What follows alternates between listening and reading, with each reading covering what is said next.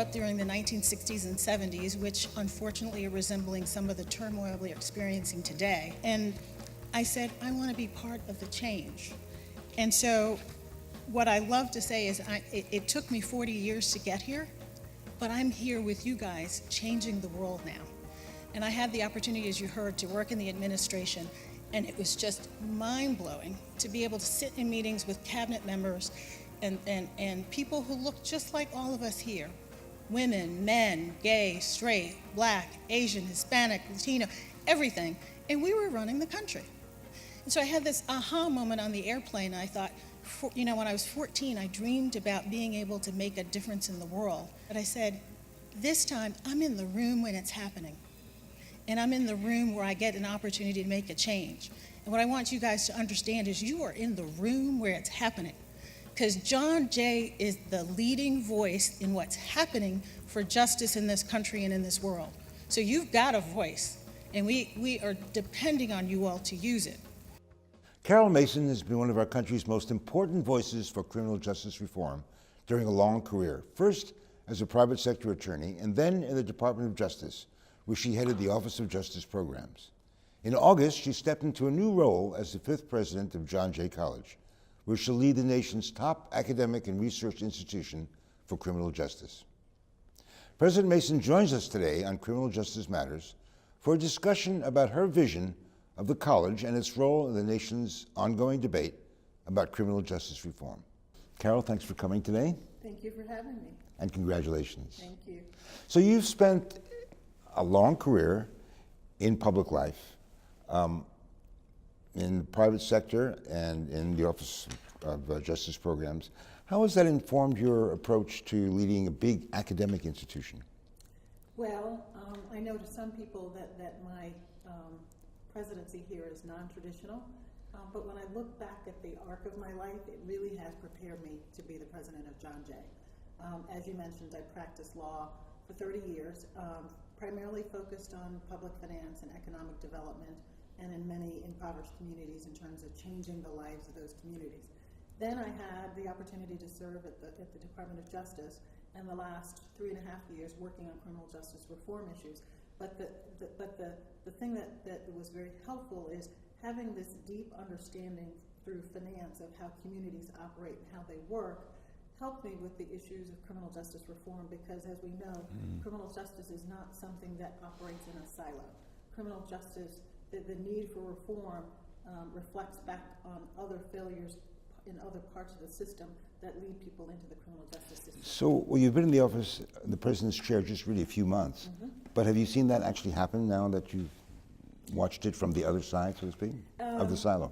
So being here at John Jay, I was quite familiar with John Jay before I got here, which is one of the reasons why I was interested in coming here. So what I need people to understand is I didn't want to be a college president.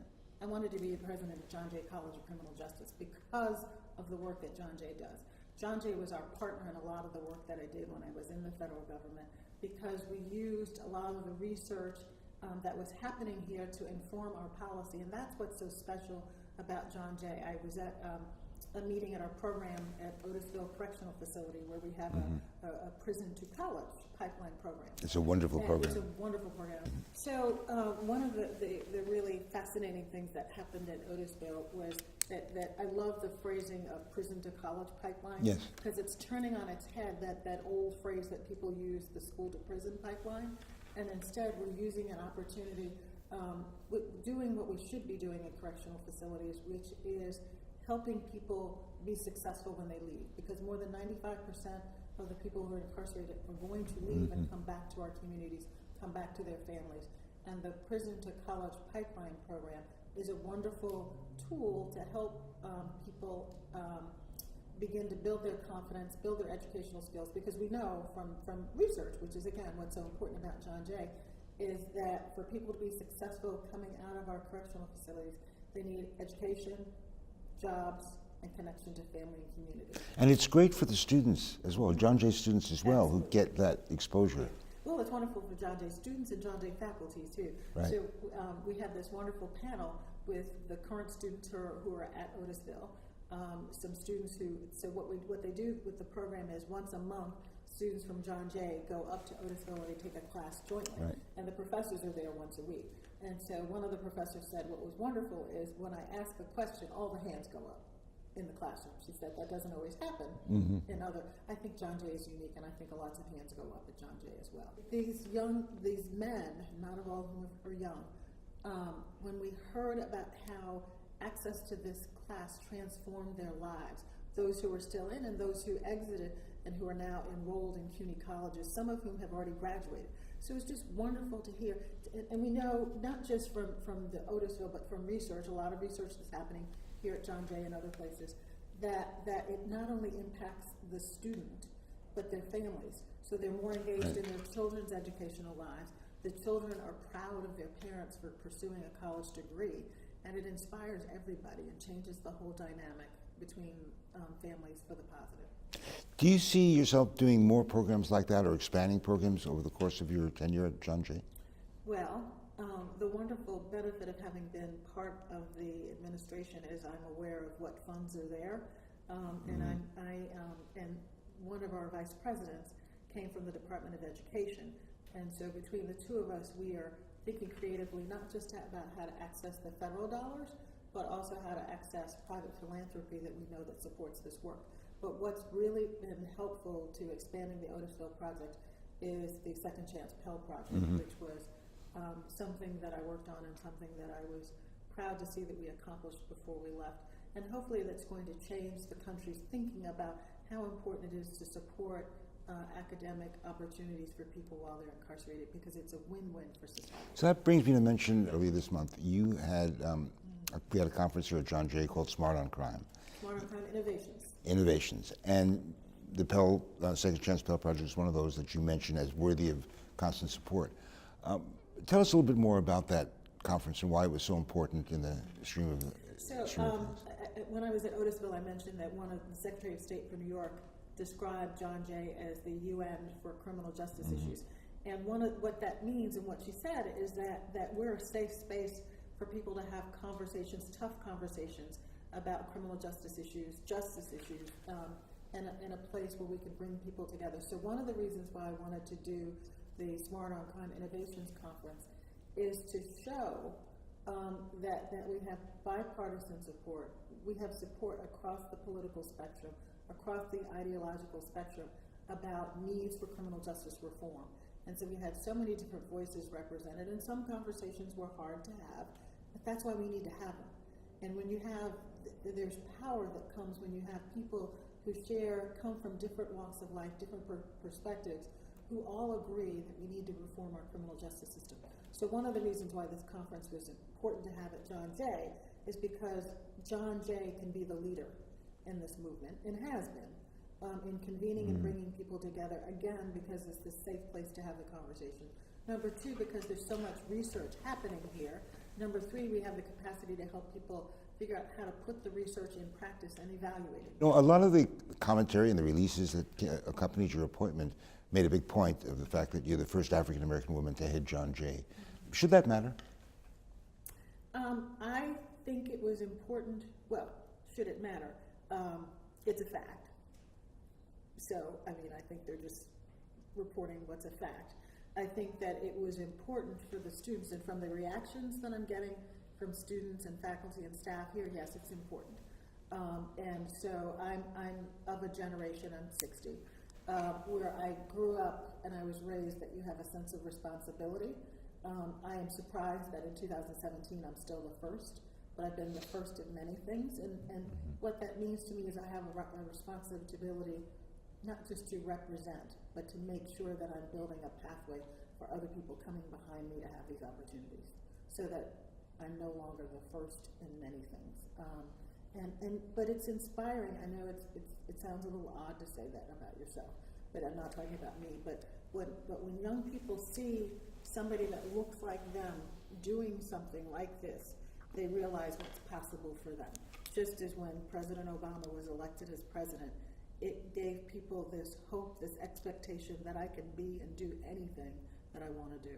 So one of the great things about you having gone from one world to the other is that you bring both worlds together, the worlds of public sector, government, and the academic world.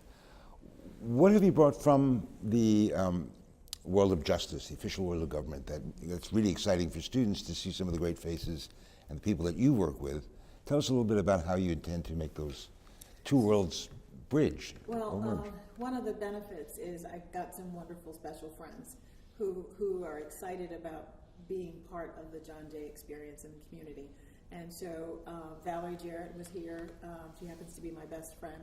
And she came and we sat in on an immigration class. And for those who don't know, Valerie Jarrett Valerie Jarrett was she's the president's best friend and former first lady's best friend.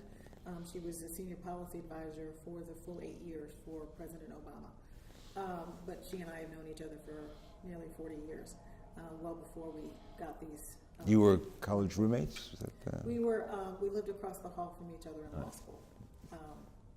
Yes. So, but it was, she will be here visiting me regularly, and so I look for opportunities when I know that she's going to be here, not to be disruptive, but to figure out how we can give her the opportunity to talk to our students. So when I knew that she was going to be here, we found a politics of immigration class, and we went together to the class. And it was a wonderful opportunity to talk with students and for them to have this experience, to hear from somebody who spent 8 years with the President of the United States as he was formulating these policy issues, and to hear how he made some of those decisions. And what I don't think the young people understand is that we get as much out of these interactions as they do, because I learned so much from them. I come away so energized from interactions with them, and Valerie was just so excited. She tweeted about it the next day.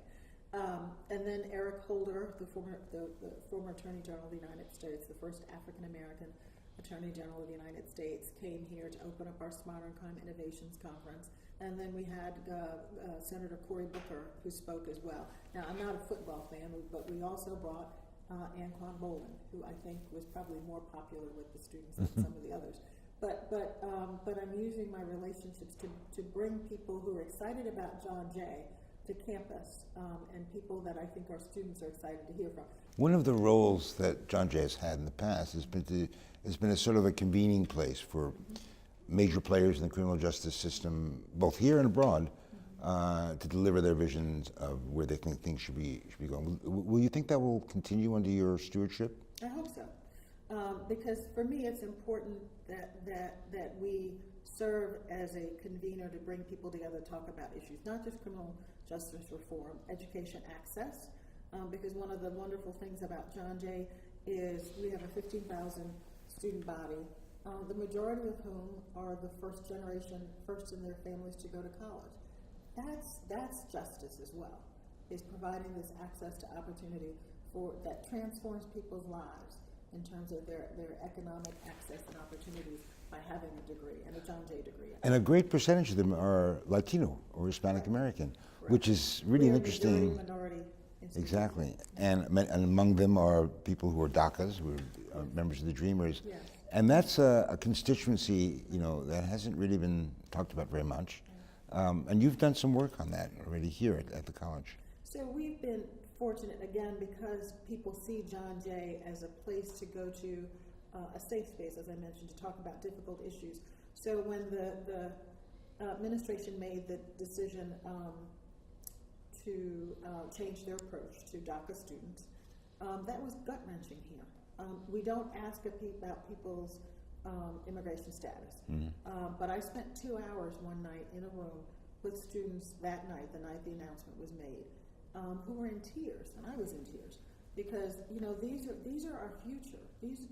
These are our future leaders, and I want them to have hope and to know that people care about them, support them. And so what was wonderful, again, because of what John Jay is, the next day, the Attorney General for the state of New York announced a lawsuit supporting DACA students here at John Jay. And so it was a wonderful educational opportunity for them to see how policy is made and how we have different branches of government and how they challenge that policy when it's made. And so we have this executive announcement about retracting an executive order. And then they got to see in action the Attorney General for the state of New York, accompanied by 14 other states, sue the administration about the ability to remove that. And we'll have to wait now for the judicial branch to make a decision. So they're getting this experience real time about how things happen in this country.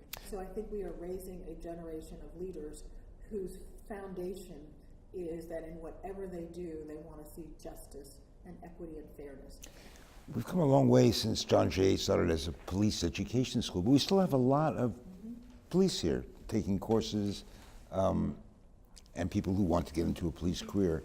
Has policing changed, do you think, and how do you think John Jay students will be part of that kind of that new community? One of the things I like to applaud law enforcement about is they're the part of the criminal justice system that most people see. Right.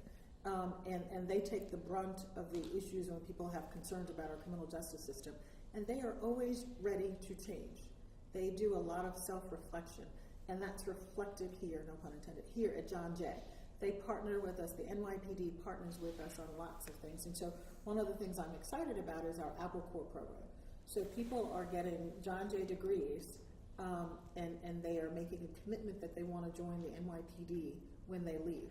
And I always, when I first learned about John Jay, one of the things I thought was that whoever 50 plus years ago thought about that our police officers who are working in our communities ought to have a liberal arts education to be better in serving their communities was so ahead of the times, very much ahead of the times.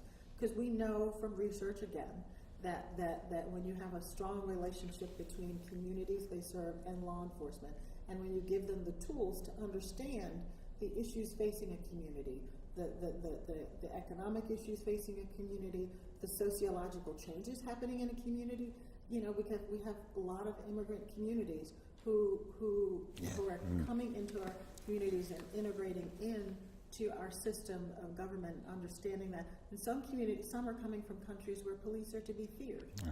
Right. And so having our law enforcement officers understanding these sociological implications. So at Otisville, several of the students at Otisville commented on the fact that they're taking this anthropology class, and had they had that anthropology class earlier in life, they don't think they would have found themselves incarcerated because it helped them understand themselves, helped them understand their behavior. And so this idea that our law enforcement officers are getting an education in anthropology, sociology, psychology, I think will help them be better law enforcement officers. And it helps our students who are in classes with them have a better appreciation, respect for, and understanding of our law. John Jay is not only preeminent nationally, it's preeminent internationally. Exactly. Where do you see us going, or John Jay going, in terms of our international reach and presence? Well, I think that some of the logical things in my view for us in terms of an international space is our cybersecurity work. That's a wonderful opportunity. I think our forensic science programs are wonderful opportunities to educate people internationally about techniques and things the cutting edge trends in these issues. We are going to the International Association of Chiefs of Police annual meeting this weekend. I leave tomorrow. I'm going to be on 2 different panels. But we're taking John Jay materials there so that they understand these are programs that are accessible online to people all around the world to get certifications and graduate degrees from John Jay College of Criminal Justice. So when we think about where our nation goes in terms of criminal justice issues and reform, John Jay students are going to play a major part. That's what they're here for. That's what the college has always done. But do you see them playing a particular part that's changing as our own conversations change? They play an important role in a couple of different ways. One is by being here at this institution, they get to be part of the conversation and part of the research and evaluation in assessing the new ideas. So, for example, I met with folks in the Mayor's Office of Criminal Justice a couple of weeks ago, and they talked about these programs they're doing, these small investments they're making in neighborhoods that are neighborhood generated, but they don't have the ability to assess them.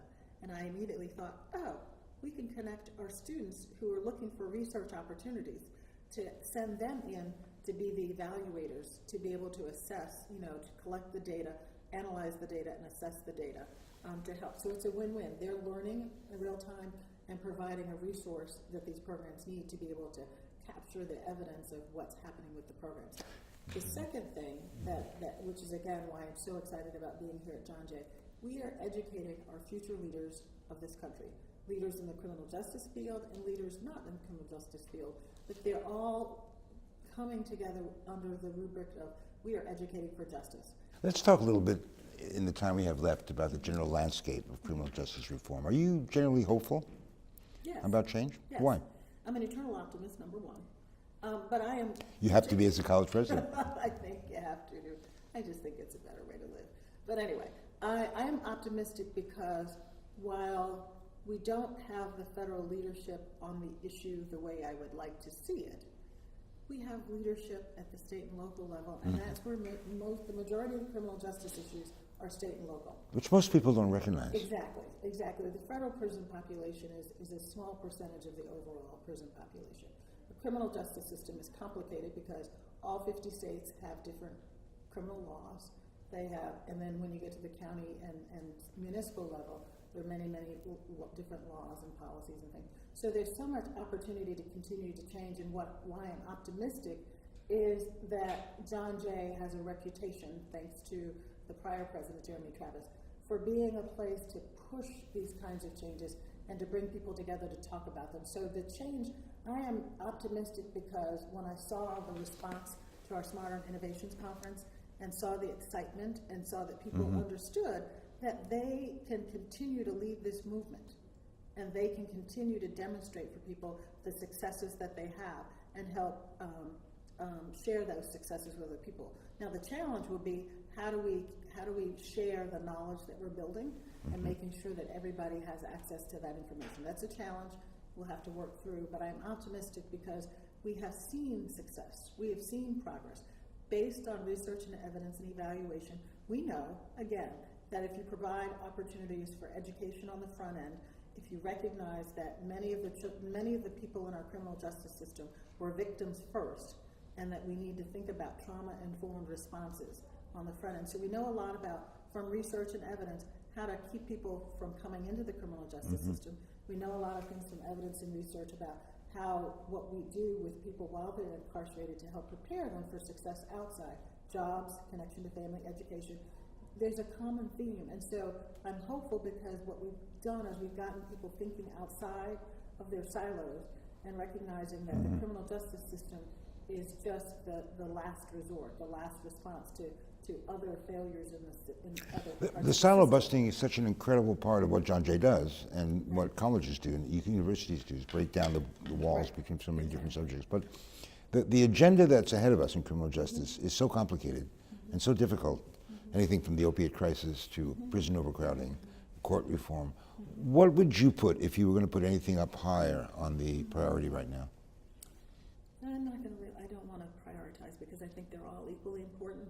I think that where again I have hope is that people are seeing from the current opioid crisis, for example, that we shouldn't be criminalizing people and putting people in jail for an addiction. We need to be focused on how do we deal with the addiction issue, which is not incarcerating them, but figuring out how to give proper drug treatment.